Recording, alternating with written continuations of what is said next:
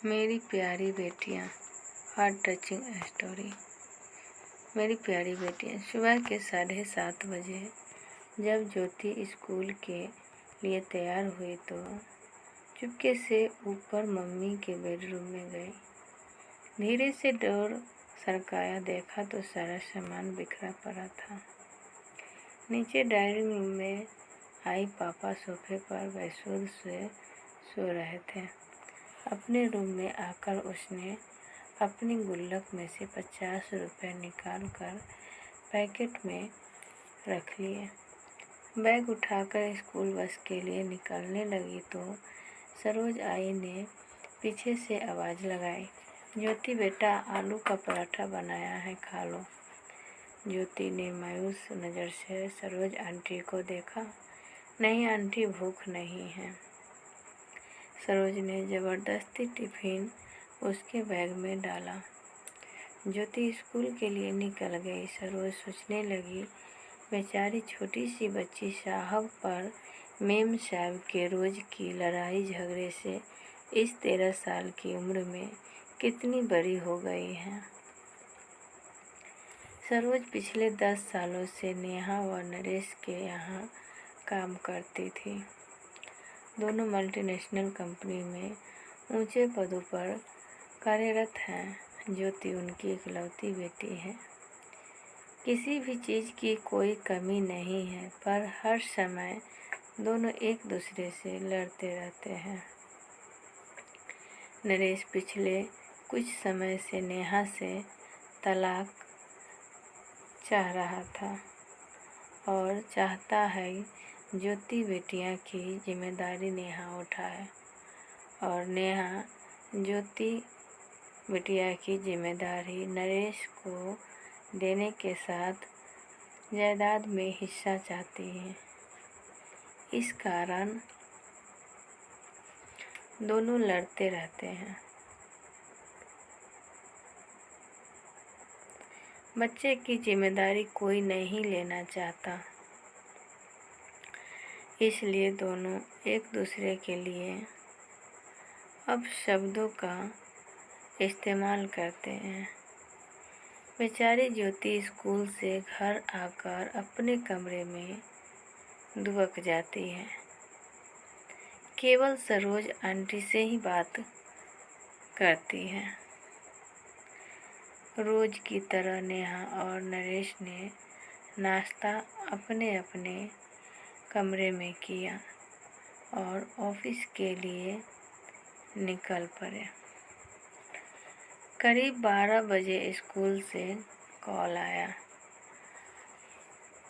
कि जल्दी हॉस्पिटल पहुंचो, ज्योति को चोट आई है। हॉस्पिटल पहुंचकर पता चला कि ज्योति बहुत ऊपर से सीढ़ियों से गिर गई है।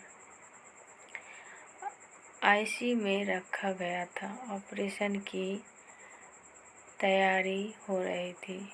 सिर में बहुत गहरी चोट आई थी। ऑपरेशन शुरू हुआ पर जिंदगी मिली न मौत। बिटिया कोमा में चली गई।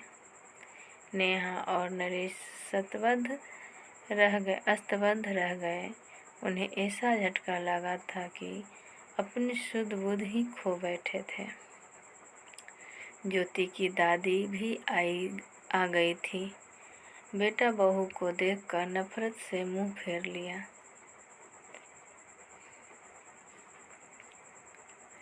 पूछताछ हुई। टीचर, स्टूडेंट्स सभी के बयान लिए गए। यही पता चला कि बैलेंस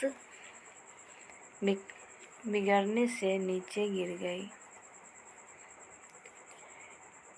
15 से 20 दिन कोई बदलाव न आने के बाद अपने साथ रह रही अपनी माँ को नरेश ने रोकना चाहा, पर उन्होंने आँखों में आंसू भरकर कहा, तुम दोनों खूनी हो। तुम्हारी जिद मेरी पोती को खा गई। मैं उसे अपने साथ ले जाना चाहती थी, पर तुम दोनों ने उसे अपने अहम का मोहरा बनाकर उसकी ये हालत कर दी। ये कहकर माँ वापस अपने शहर चली गई।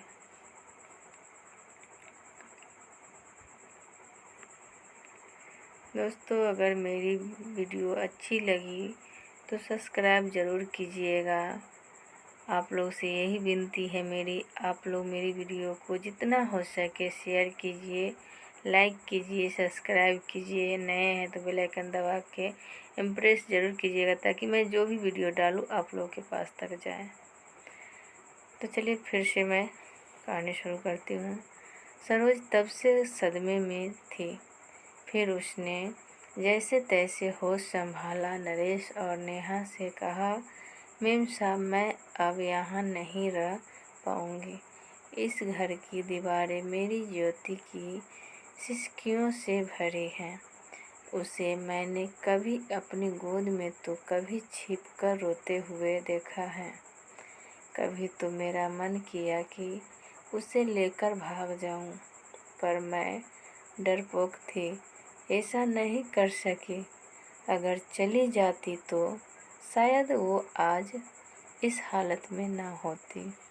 नरेश और नेहा के पास अब शायद कहने को कुछ नहीं था। जैसे जैसे दिन बीत रहे थे, उनका लड़ाई झगड़ा एक अजीब सी बर्फ में तब्दील हो चुका था। उनकी सारी भावनाएं अंदर ही अंदर एक खामोशी अख्तियार कर चुकी थी। सारा दिन बेमन से दोनों ऑफिस का काम करते, हॉस्पिटल में एक एक दिन अकेले ड्यूटी देते। बैंक में पड़े पैसे, जमीन जायदाद सब बेकार से लगने लगे थे। 3 महीने बीत चुके थे। संडे का दिन था। बड़ी मुश्किल से नेहा ने ज्योति के रूम में जाने की हिम्मत जुटाई थी।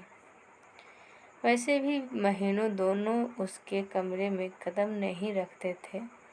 कैसे माँ बाप थे वो दोनों। उसका रूम, उसका बेड, तकिया, उसकी किताबें, उसकी पेंसिल, पेन, स्कूल बैग सब वैसे ही रखा था। अलमारी खोली तो उसके कपड़े नीचे गिर पड़े। उसका हल्का ब्लू नाइट सूट जिसे वह अक्सर पहना करती थी। नेहा रोते हुए अलमारी से सामान निकालने लगी। तभी उसके हाथ एक ब्लू कलर की डायरी लगी। उसने कांपते हाथों से उसे खोला। आगे के कुछ पेज फटे हुए थे। पेज दर पेज टूटे दिल की दास्तां छोटे छोटे टुकड़ों में दर्ज थी। मम्मी पापा, आपको डियर नहीं लिखूंगी, क्योंकि डियर का मीनिंग प्यारा होता है। पापा, आप मम्मी को कहते हो कि तुम्हारी बेटी, और मम्मी आप पापा को कहते हो तुम्हारी बेटी। आप दोनों ये क्यों नहीं कहते हो हमारी बेटी। अगले पेज पर था, पता है जब मैं मामा जी के घर जाती हूँ, मामा मामी मुझे बहुत प्यार करते हैं। मामी अनु को जब प्यार से मेरा बच्चा कहती है तो मुझे लगता है कि क्या मैं प्यारी बच्ची नहीं हूँ। मम्मा, मैं तो आपका सारा कहना मानती हूँ, फिर भी आपने मुझे कभी प्यारी बच्ची नहीं कहा। अगले पेज पर था, मम्मी जब मैं बुआ के घर जाती हूँ तो बुआ मुझे बहुत प्यार करती है, पर खाना नच की पसंद का बनाती है। मम्मा, मुझे भी राजमा बहुत पसंद है। मैंने कहा था कि आप बनाओ, पर आपने कहा मुझे मत तंग किया करो। जो खाना है सरोज आंटी को बोला करो। पता है मम्मा, मैंने राजमा खाना छोड़ दिया, अब मन नहीं करता। फिर अगले पेज पर था पापा के लिए। पापा, मैं आपके साथ आइसक्रीम खाने जाना चाहती थी, पर आपने कहा आपके पास फालतू चीज़ें के लिए टाइम नहीं है। पापा, जब चीनू मासी और मौसा जी मुझे और विपुल को आइसक्रीम खाने ले जा सकते हैं, तो फिर वो क्यों नहीं कहते कि ये सब फालतू चीज़ें हैं। पता है मम्मा, मैं अपने घर से दूर जाना चाहती हूँ, जहाँ मुझे ये न सुनाई दे कि ज्योति को मैं नहीं रखूँगी, जहाँ पापा के चिल्लाने की आवाज़ न सुनाई दे।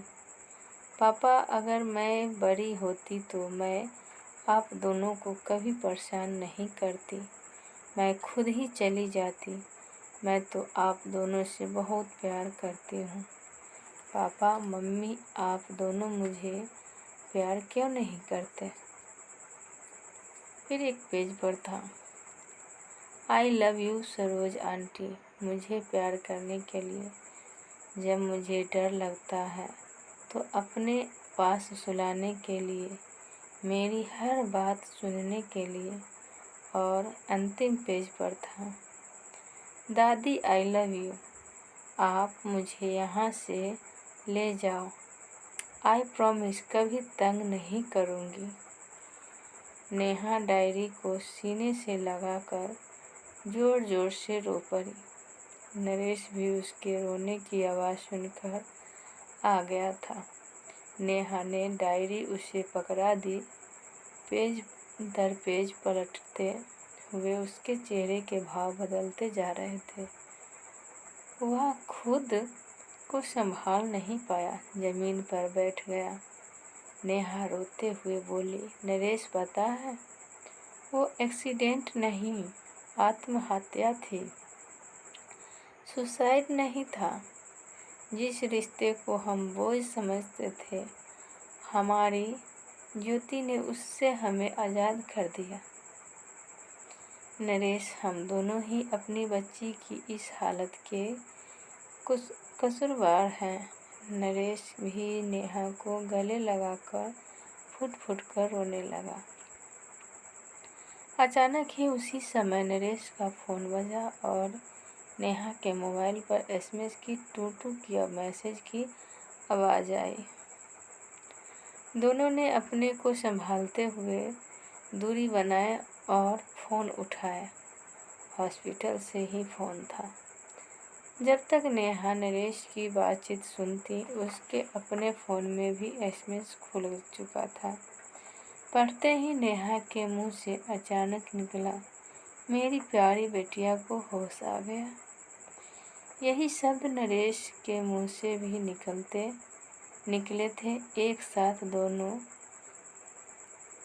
दोनों के स्वर, चेहरे पर खुशी उस कमरे में गूंज उठी थी।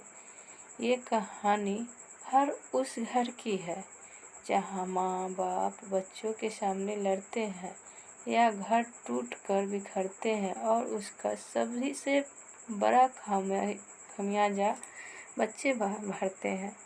अगर आप अच्छी परवरिश नहीं दे सकते तो आपको बच्चे को जन्म देने का कोई अधिकार नहीं है। अच्छी परवरिश रुपये, पैसे, सुख सुविधाएं से नहीं होती। इसका मतलब यह है कि आप बच्चे की ज़रूरत के समय उसके कितने करीब हैं। उसे महंगे खिलौने या सुख सुविधाएं नहीं, बल्कि आपके साथ खेलने कूदने, मस्ती, लाड प्यार का समय चाहिए। हेलो दोस्तों, कहानी अच्छी लगी हो तो कमेंट करें और शेयर करें और सब्सक्राइब ज़रूर कीजिएगा। बेल आइकन दबा के प्रेस कीजिएगा।